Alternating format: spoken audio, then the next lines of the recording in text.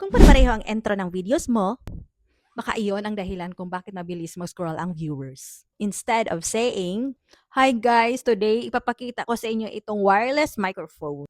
But try using a stronger hook instead. Halimbawa, question hook.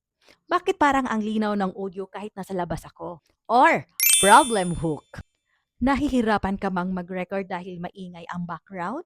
Curiosity hook. Hindi ko na-expect na ganito kalaki ang difference sa audio. Comparison hook. Pakinggan mo muna ito without this microphone. Ngayon, pakinggan mo with this wireless microphone. Or it could be a surprise hook. Akala ko pare-pareho lang ang mga wireless microphone. Hanggang sa sinubukan ko to. Iba-iba ang audience. Kaya don't be afraid to test different hook styles. Alamin kung alin ang mas nakakuha ng attention at mas bagay sa content mo. Remember, the goal is not just to stop the scroll. The goal is to give viewers a reason to stay.